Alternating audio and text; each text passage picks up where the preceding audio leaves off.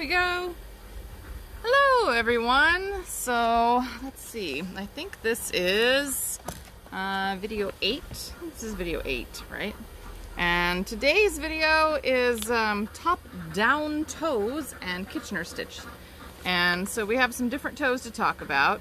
But if you haven't been here before, my name is Kelly Slack. I was invited to guest teach by Heather of Pearly Shell Fiber Arts. I'm the co-owner of Black Sheep Fiber Emporium. I have a couple master's degrees in teaching. I love to teach. I'm a self-published author of Hoppy Feet and Froth and Foam. I've made over 100 pairs of socks, and while I don't know everything, I do know quite a bit, especially when it comes to socks. I love making socks. Socks are one of my very, very favorite things to make, and I in fact have a giant box of socks because I like to make socks. So today, your segment is once again sponsored by your three lovely people, which would be Black Sheep Fiber Emporium, Kelly Slack Designs, and Pearly Shell Fiber Arts. So do make sure that you are checking out all of our lovely social media outlets, because we're on Instagram, Facebook, YouTube, TikTok. So if you're watching now and you need to catch up on a video, you can always find it on the YouTube channel, but I also am making sure that I keep sharing it back to the Facebook page. So lots of fun places to find things. And today we are going to focus on the end of our top-down socks. So the end of a top-down sock, of course, is the toe. So we need to talk about wedge toes and flat toes and pointed toes and pattern toes and French toes and star toes and Kitchener versus bind off. So I have a lot of socks with me today. I also have the tiny little the keychain sock that I have been working on, and it's all ready to be Kitchener stitched. And in fact, I have my little tapestry needle here ready to see Kitchener stitch my tiny little keychain sock, so I can show you how to Kitchener stitch. So we'll keep that out for later. And let's see, so let's start off with a comparison of toes. So when you think about it, everybody has feet that are shaped a little bit differently. So that can mean, for example, that you have a much wider ankle, so you need more stitches in your gusset, or a much narrower ankle, so you need fewer stitches in your gusset, or you know, you need fewer stitches in the heel because you have a narrow heel. So when we think about toes, toes have the same issues. So sometimes we have very narrow toes, sometimes we have very wide toes, sometimes I, for example, have one foot that happens to have a bit of a bunion. So you might want to angle your sock just a little bit. Sometimes you'll have toes that have a very distinct shape, so you may have very angular toes, and so you need to make sure that you take out some stitches faster on one side versus the other. You may have a very rounded toe, so you'll want to make sure that you take that into account. There are different toe shapes, so I mentioned a few of them. There's wedge and flat and pointed. I tend to use a wedge shape more often than not, or a flat, one of those, either one of those. I don't tend to use the pointed as much, and I'm searching for my French toe, which is a little bit different. I'm pretty sure that's, yes, the Armistice socks. And yeah. So with a French toe, you decrease in 3 places around your sock, which is what differentiates it from the others. I'm finding my French toe. Here's my French toe. I'll put this on a sock blocker so it's a little easier to see. So with the French toe, and these are my Armistice socks because I had a French toe and a German heel. There are 3 points of decrease. So there's a decrease point here, the decrease point here, and there's a decrease point here along the bottom of that toe. So if I do this, you can see there's 2 on this side, 1 on this side. So a little bit different toe. So you decrease 3 times around, and it's a faster decrease, it's a rounder decrease on that toe than what you find on a wedge or a flat toe. That's a star toe. I want to talk about that in a minute. So let me find, this one's a pretty good example. Let me put this one on the sock blocker so we can see a little bit better. So this is a pretty standard wedge toe. Ooh, I didn't do my decreases very good on the one side of this sock. Oh well, we're gonna show it to you anyway. So this is a pretty standard, I think this one was a wedge toe. Wedge toes and flat toes are very similar. They're slightly different in how you, yeah, it was a wedge toe, in how you work them. But essentially it's the same idea where you are only decreasing at 4 points and not 6 points like on the French toe. So with the French toe you decrease on 6 points around the toe of the sock. A star toe, let me take this one off.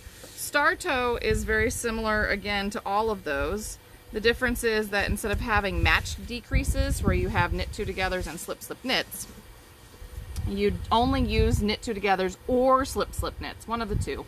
I tend to use knit two togethers. I like the way they look better, so that's what I tend to use.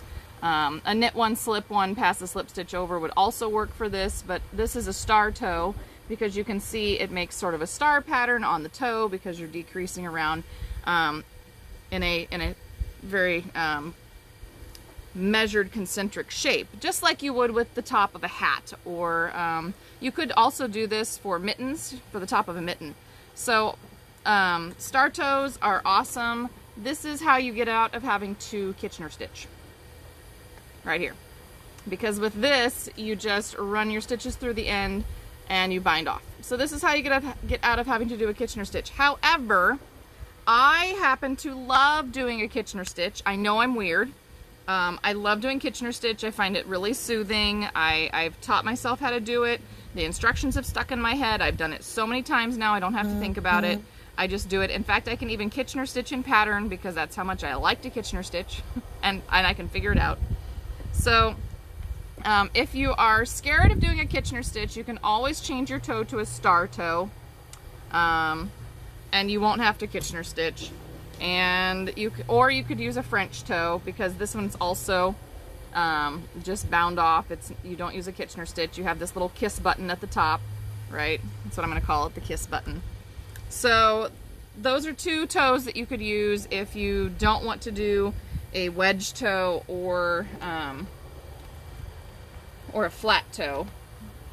Sometimes, though, you will have really pretty little patterned toes. So this one actually has a patterned toe. Let me take off my French and we'll put on the patterned toe.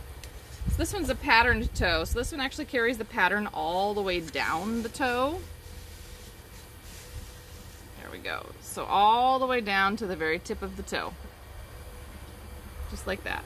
All the way down to the tip of the toe. And it incorporates the decreases into the patterning, and then you Kitchener stitch. So there are some fun things that you can do in terms of your toes that allow you to, this one's a wedge toe, but with the wedge toe I also used color work.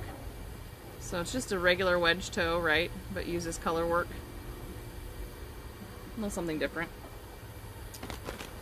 So when it comes to the toes, there are some fun things that you can do with your socks. You don't have to do just plain toes. You can always change it though.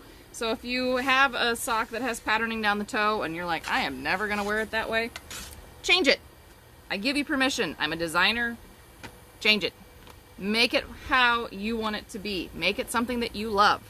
All right, so in my last few minutes here, because we are 2/3 of the way through our little video, I want to, oops, sorry about that. I'm gonna turn my camera down so that we can Kitchener stitch.